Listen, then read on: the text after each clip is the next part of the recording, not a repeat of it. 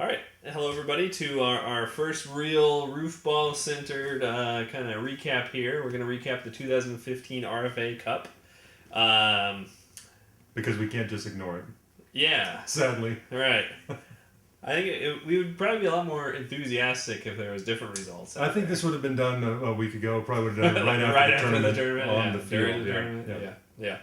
So that just leads it in. Neither you or I won. No, not close. So at that point, let's. Is it really a we're tournament? Done. If either of us don't, if neither of us win, is it really even a tournament?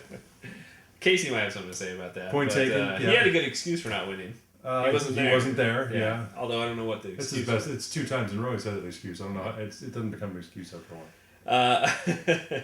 So congratulations to Christian Verkest, 2-time RFA Cup champion the now. Punk kid that he is. Yes. At the age of 20, 2-time champion. He was the youngest ever first time, and now the youngest ever second time champion. But a veteran nonetheless. Seasoned veteran at this point. He's been playing almost as long as you have. Quite right? Yeah. So Christian won. We'll dive into the finals a little bit later, but he beat a newcomer. He did, a brand new, yeah. Yeah. Son of a development. Do we call him a veteran yet, or at least a he took second in the Iliad. So right, there you go. Yeah, a newly consistent player. Right. Son of Dean Shelley, Nick Shelley. Yes. The runner-up at the 15 Cup. So we'll talk about him a little bit, but let's dive right into the terribleness part of the tournament. For the first time ever, I lost in the very first round. Yeah, it shocked everybody, and I really did, and I don't want to make too much light of that because Derek has had he's made a career out of having late charges when he appeared dead to the world, and I was sitting there even up until the next to last throw thinking, oh, he's gonna find a way out of this. Are you a Game of Thrones guy? I watch him a little behind, but yes. Have you finished season 1? I'm done until this season is going on. I think that Derek in round 1 was Ned Stark episode 9. Season 1's like, well, obviously we're not losing him. He's not gonna. Holy crap! He's actually gone. That's How great. about that? Thank you so much. Yeah, you're the Ned Stark of the 2015 RFA RFA Cup. Just the one tournament, not of Roofball at large. Just the one. What's done is done. Yeah.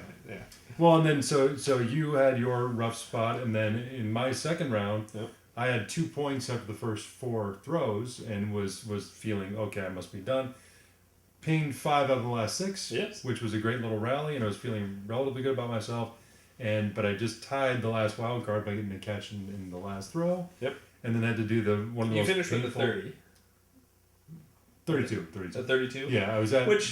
Which if you say, the second round of 32, you're probably right there on that cusp. Which is exactly where I was. You could not be more on the cusp because... And I suffered through what is maybe the hardest thing in Roofball to do, which is watch everybody else play and see if you're going to make it while you're sitting on that line. Right.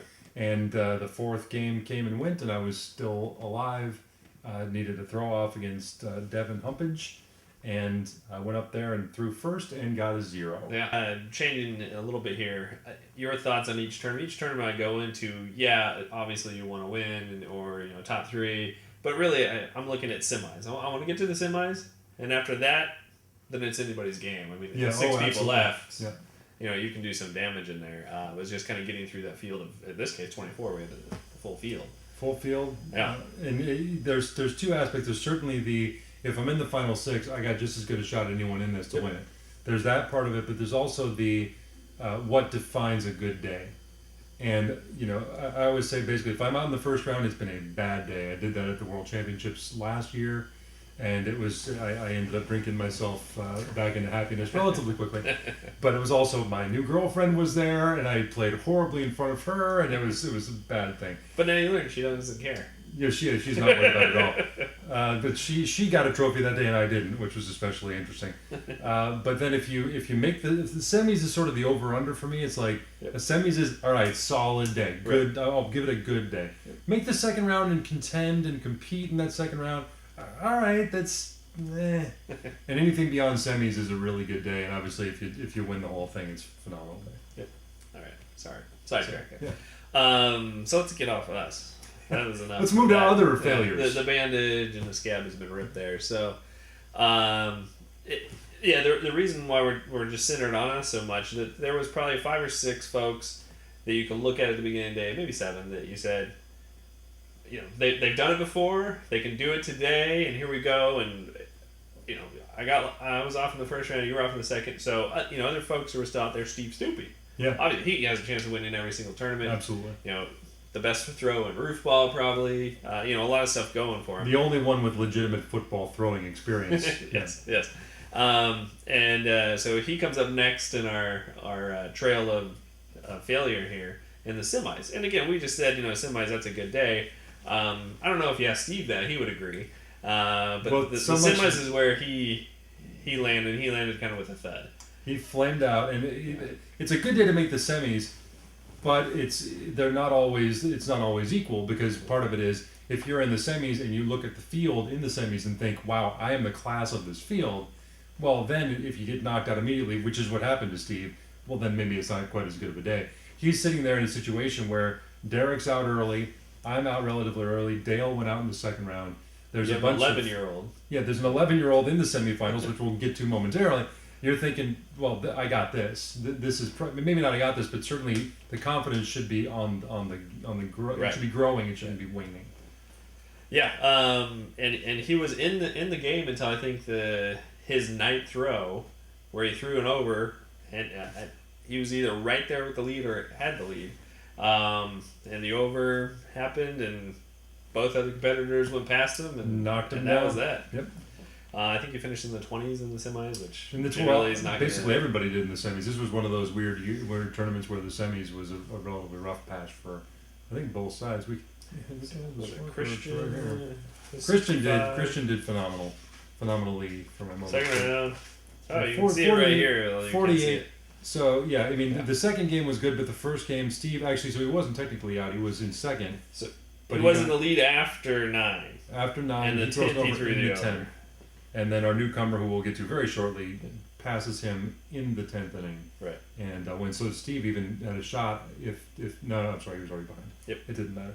But yeah, so basically you have all of these people that you would sort of have as your normals, who were the ones most likely to win. And we'll put Christian up in that group certainly as a potential. Yeah.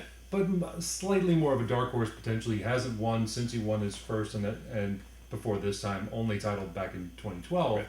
He's been hovering around it. I think there's probably a reason to believe that he's getting a little in his own head about championship appearances.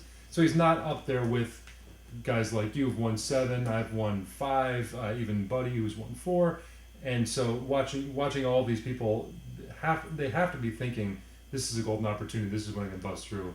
And instead of firing through that open door, they fell aside. And Steve was the one in the semis that did that. Right. So before we move past the semis here, something that's never happened before. Complete surprise. Probably the biggest surprise, I would say. I think it's the biggest surprise in a long time. I don't disagree with you. I think maybe Beth making the finals of the RFA Cup 3 years ago might be comparable. Yeah. But even then, if you would have said Beth made the finals, I could see that. She has experience and she gets on a roll. And she does have those tournaments where everything's working. Right. And then there's where an 11-year-old shows up, and while he has played once or twice more, he was out in the first round. Yeah. He played like somebody who wasn't capable of throwing the ball at the pole.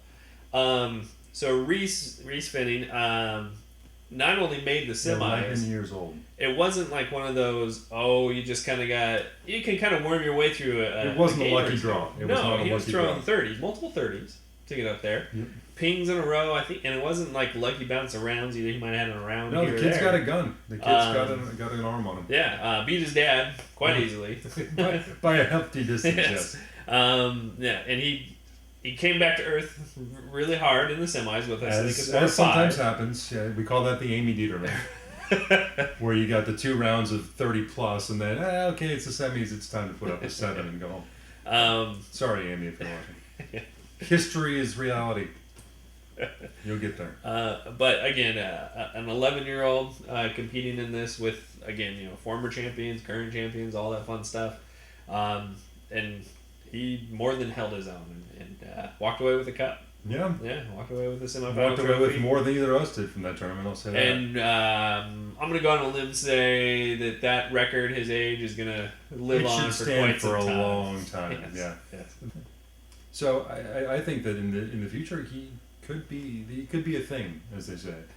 We'll see. It's Christian was at 18. He did it, and I think that again. I think he got too smart. He got in his own head a little bit, and he was always right around it. Little Reese, I don't know. Look out for this kid. I'm not taking it easy on him next time. Not that I did this time. I just took it easy on the whole field this time. Yeah. All right. That was the semis. We're going to jump to the cup round. So here's your lineup. You have Christian Verkest at the time, one-time champion. Yep. Has played in, at that point, 3 finals total? Or 4? I think 4. I think he said 3 runners-up. 4, okay, 3 runners-up. I used to know all of and these then Buddy, 4-time champion, 2-time cup champion. Looking to become the first 3-time ever at that point. And what, the 5th person with 5? Yeah, it would have been 5th overall. Yeah. 5th with 5. And then the rookie, Nick Shelley, who we mentioned earlier. This was quite around for Christian. Almost got up to the he had 40 through 5. 40 through 5 with 2 rounds. Sorry, 2 rounds at that point. Yeah. And was at 59 through 9, where there have been 3 players before who've gotten around in the 10th to finish with 70. Or sorry, 2 of the 70s had rounds in the 10th. So, you had that one moment that all but 170 has there in the 7th inning where he didn't get a mark, and that let those of us who had 70 kind of breathe a little more easily. He's probably not going to beat 70. He might tie it, probably not going to beat it. Yeah. And then he went up there, and I don't know how the other members of the 70 club feel, but when someone is sitting there with a chance of getting around to tie it, I'm hoping, I'm cheering for him. Because at this point, there are 4 people with it. It's not like a 5th one devalues it anymore. Right. And it's just sort of another one that got that number. And so I was definitely cheering for him. He ended up getting a ping instead, but 65 far and away. I'd have to go back and look, but I think certainly the highest. I don't think anyone beat 65 in the World Championships. So, I don't think so. Through 2 tournaments, the highest score of the year. Yep.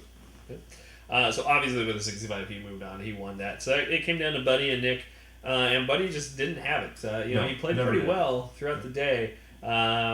And actually started this game with ping catch. Pings, yep. But then after that, scored a total of 2 points. There was an over in there through the next 5 frames. Actually, 3 points through 4 points. We didn't ping again until the 10th. Yeah. He was done until. I'm sorry, he had 2 pings after that, but 1 over. And Nick Shelley, who made I don't know if made's the right word, had the play of the tournament just from an entertainment standpoint in there, which was the Bush drive, which we'll throw up the video of. He actually scored 0 points on that. Yes, it was the greatest. It was the greatest 0 in the history of Roofball, no question about it. He hit the upper roof, the side of it, chipped off the side, kicked off to the left, bounce all the way to the bushes, and there's been bush dives before, usually in the front yard. Yes. And most of that's not a dive as much as a trip into, or kind of I'm trying to catch it and I just my weight. When it's Christian, it might be a full-on dive. Right, and he had a couple good ones too.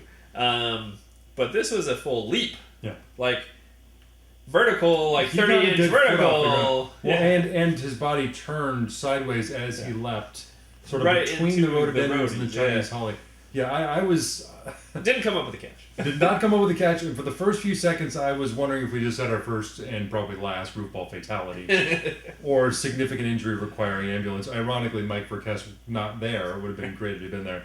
But that's why you don't have rose bushes. No, whoa, goodness. The funny thing is, I had thought about putting up some kind of a barrier just to make sure that the ball didn't roll through to the neighbor's yard. Didn't do that. That actually would have made things probably worse. Dove for it, and fortunately came out alive with the ball in his hand, even though he didn't make the catch. And we can't call it the greatest catch in Roofball history because the catch was not made, but it's certainly the most visually appealing effort for a catch that we've ever seen, outside of maybe Rob Salisky jumping up on the Vogel back in the old days. So he wound up with 33, which is 11 better than Buddy's to go on to the championship game again as a rookie, which I think the last time a rookie won their championship was 2008. Yeah, was you? Yeah. Any rookie play for one before then? Before I'd have to really dig in and look at it. It had been a while. You go back far enough, obviously there are going to be some, but. Back in the old days, the early days of Roofball, in 1999, the early 2000s. When you had rookie? When there were a lot more rookies, you'd have people that came in off the streets that had never played before and were much more likely. It seemed it was a thing for a while. Jason Pyle, who won the '99 U.S. Open, had never played Roofball before that day. And it was almost a thing of if there was a rookie in the field, you assumed that they would either do very well or win the whole thing. But yeah, it had been 7 years since the last time a rookie had won. Well, you had 2 rookies in this field, I think. I think just 2. Yeah. And both made it past first round. One well, Julia, so maybe 3. Okay. Yeah. Should have played before. Yeah, I don't think so. No. So Nick, very consistent throughout the day. I think besides the championship game, he was just always in the low 30s, anywhere from 32 to 35, somewhere in there. A lot of 30. I think he had 33 the first 2 or 3 games. Yeah. So he won some games. He took some wild cards, but that's all you got to do to get to the finals. Unfortunately for him, his finals started off with a 0 and then a -5. While Christian blow him out of the water there, he had a ping and a catch and another catch. So you're up 12 through 2. You kind of have to do something to lose at that point, unless your opponent just gets some great rounds. Storms through and or pings out, which is also a possibility. And I think the other big factor there was Christian, who had not won a tournament since 2012, got immediately infused with a tremendous amount of confidence. Yeah. He essentially got, like you said, it was borderline spotted a 12-point lead through 2. And at that point, knew if he just played pretty well, he was going to win the title. Yeah. And beyond that, starting with the 5th inning, he went ping, around, ping. That seals it for it. Honestly, anytime you see that, in innings 5 through 9 in a championship game, you can probably pick your winner. The winner. Yeah.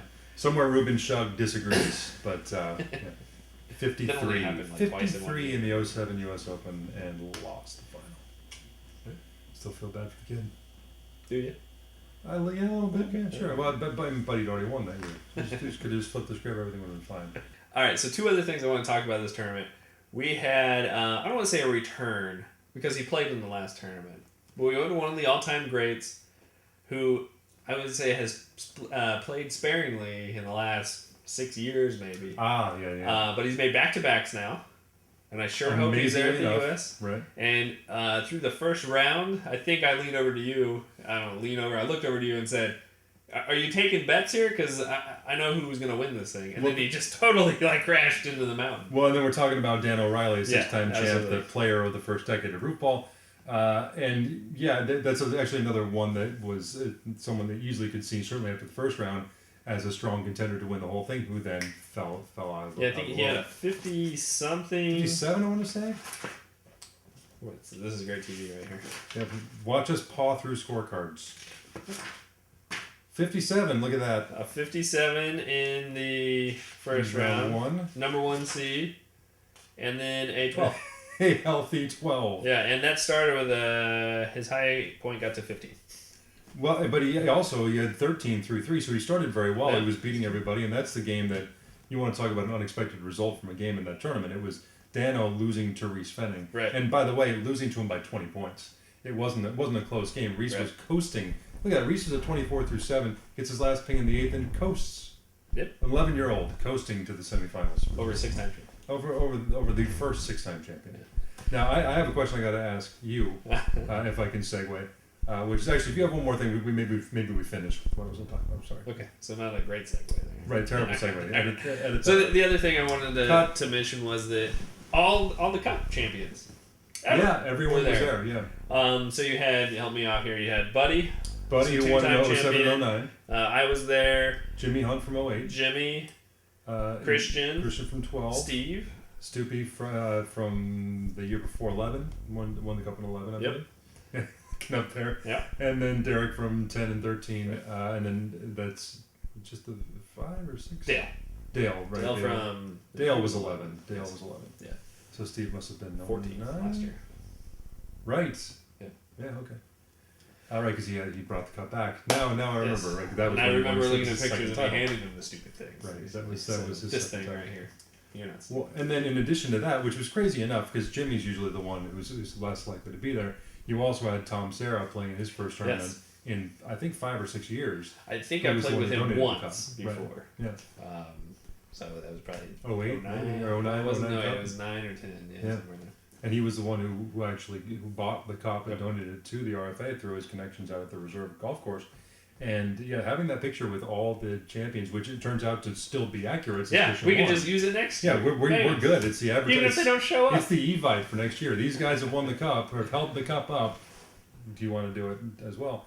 Yeah, it was fantastic, and it's something that's going to be extremely unlikely, really, for the other two tournaments. Oh yeah, because of players that have won titles that are essentially long out of. Well, you just mentioned one, Jason Pyle. Yeah, Jason Pyle. When was the last time he played? I think the 2000. No, he played actually a couple of years ago. He popped in. I believe. Okay.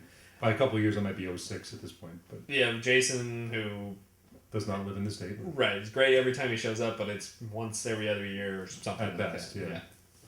Yeah. That would be great. Yeah. If you could arrange one of those. But yeah, those are the two things I wanted to talk about. I thought that was pretty cool having everybody there. So sagging was so my thing as we seg over that way. My question for you, and I will throw in my answer before or after or during yours. Is one of those radio calls? I got a question for you. And before and here's my thoughts before I allow you to speak. So the question is, after you've had tournaments where you've not done as well as you would like. Yes. You had a run of semifinals. You had, I think, a second round exit at least once. I want to say 3. 3 times? I think. Okay. How different is it, and is there a different mental strategy when you're coming back from a tournament that you've won versus a tournament that you haven't done well? And let me give you one small example as I begin to answer my question first. Going into the World Championships this year, I think sort of mentally put myself in a place where I did not expect to ever win another tournament. Where what I went out to do was get to the semis and maybe get my name on the trophy, and that would be a great day, and I wasn't expecting to win again. After I won, I think it completely flipped to the point where I was kind of expecting that I was going to win, period, going forward. It wasn't until the day before the tournament when I started to look at the roster of who was going to play that I started to almost go the other way. It's like, oh my God, I have no chance. This is way too good of a field. I can't beat these guys. So is there a different, and what I had to do going into this tournament was winning the last one has nothing to do with this one. Right. So shut up and just start getting ready to play again. Being that this is the first time I lost in the first round, I can tell you from the second round losses really, really pissed me off. And I threw a 17 in the past. That's what I had this game. So it tied my lows. Okay. Now that 17 in the past was no overs. It was just bad. Okay. This one I had 1 over, but it was on my last throw. I mean, I had 22. I needed a round to survive, right? Yeah. So I look at it as like 17 that was bad, but it wasn't the worst I've ever had. But I've had games where, like, for some reason I'm just usually when I'm off to the right, and it's usually a grip thing. I know. And a tired thing can also come into it, but I don't feel that was the case this time. Well, I hope you weren't tired 8 throws in. Right. You warmed up too much. Long before that. So I don't think my mental state will change going into the next tournament. Like I said earlier, my goal is semis, but I don't focus on that. It's like that's the bare minimum, and that's what I'm going to do. I'm focused on I'll get past that point. Now I'm not sitting there visualizing myself holding up a trophy or anything like that, but I know going in that I'm gonna make the semis, and that's where the tournament will start. That's just what I think. I will say from a physical preparation, I'm gonna do something different. Really? Yeah, and there's been times. Years ago, I will say, probably in that run that I had 2 or 3 years ago where I won like 4 out of 7 tournaments or something like that. I didn't enjoy that. I was practicing. It was a great time. I was practicing. We'd go to parks, and the kids would play, and I'd find something of an elevated statue. Wow, okay. I'll say right here, Bree has actually gone up on things to catch balls and stuff for me as well. Wow, that's but that hasn't happened in a while. I thought I went next level. I went and practiced 3 days before this tournament. That was that's more than I did this time around. I actually didn't touch a football since last tournament. Do you think you're not hungry? Do you think that's part of the problem? You think you look at all of your awards behind us here and behind the camera, and are you content? Or you think my legacy is assured? It's not content because I really want. There's a few things I want to do.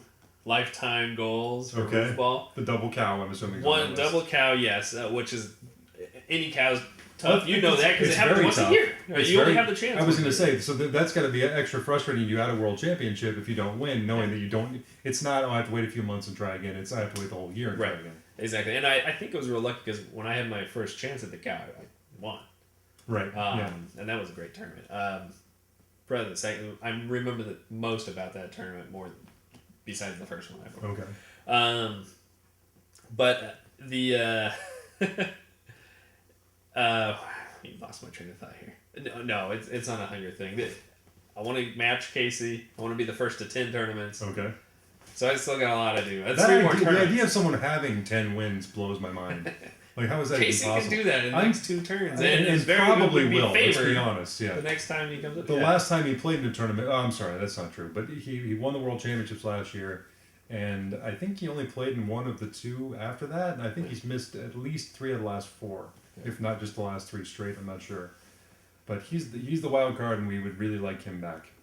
Yeah. / absolutely. Hate to have him there. Alrighty. Anything else from this tournament? From an organizer standpoint, it really was a fantastic tournament. We had a legitimately full field. Sometimes we'll have 23 and bring someone else in who might not want to play. Right. I mean, there's 30 plus people there. Yeah. Let alone we were worried at multiple points during the day. Are we going to have to ixnay? Yeah. There's at least one who was intended to play who didn't end up playing. Right. And then a couple of others who we could have called in off the bench if we wanted to get to 24. Yep. So it was a legitimate 24-player field. We probably were 14, 15 players strong in terms of players that legitimately were in award contention, if not more than that, which was fantastic. And looking at a U.S. Open where it's I think plausible that we'll have an even more impressive field than that, because we should get just about everybody back that we had before, and with some players, Casey being the biggest name among them, who would likely be back. Mike Verkest will be back from being hurt. And I'm forgetting, there's one other one out there that I can't think of who missed this one. Dieter, who you never. I keep thinking that guy eventually is going to go out there and be like, oh, that's right, this is how you do this, and throw up a bunch of 40s and frighten us all to. Oh, Dieter's back, we're done. So anyway, the biggest thing I take away from this tournament was that it was an outstanding tournament from an organizational standpoint and from the players in contention. I think that in terms of the overall performance of the players, it was not one of the best. We only had a couple of scores in the 50s all day long, and I think part of that was a lot of the greatest players did not have good days. So the U.S. Open, all I could ever ask for, more so than the RFA Cup, would be that the historic players, including myself, put up a better day than they did at the RFA Cup. But it was a fantastic tournament. I'm very excited about how it went. As long as somebody wins 4 U.S. Opens in a row this next year, I'm good with it. Yeah, anyone really could. So we'll see which of the many players who could win 4 in a row win. Great. Number 8. Number All right. 5 and number 8. We'll just call the U.S. Open the French Open. You can be Rafael Nadal. You're the Nadal of Roofball. Congratulations. I'll take that. You got to start wearing culottes, though. If that guarantees me. Culottes? Or those capris? Yeah, Capris. I'll do that too. And Roofball printed capris. Alrighty, well, this was our first kind of real wrap-up show. We hope to keep doing this. Hope you enjoyed it, and I think we'll try to do some previews of upcoming tournaments as well. So it's possible we'll have 6 shows a year. Look out! Look at that. Maybe something for the Iniad each year. The Iniad, the season in review. Absolutely, yeah. All right. Cool. Well, for Adam Willis, I'm Derek Weber. Have a good one.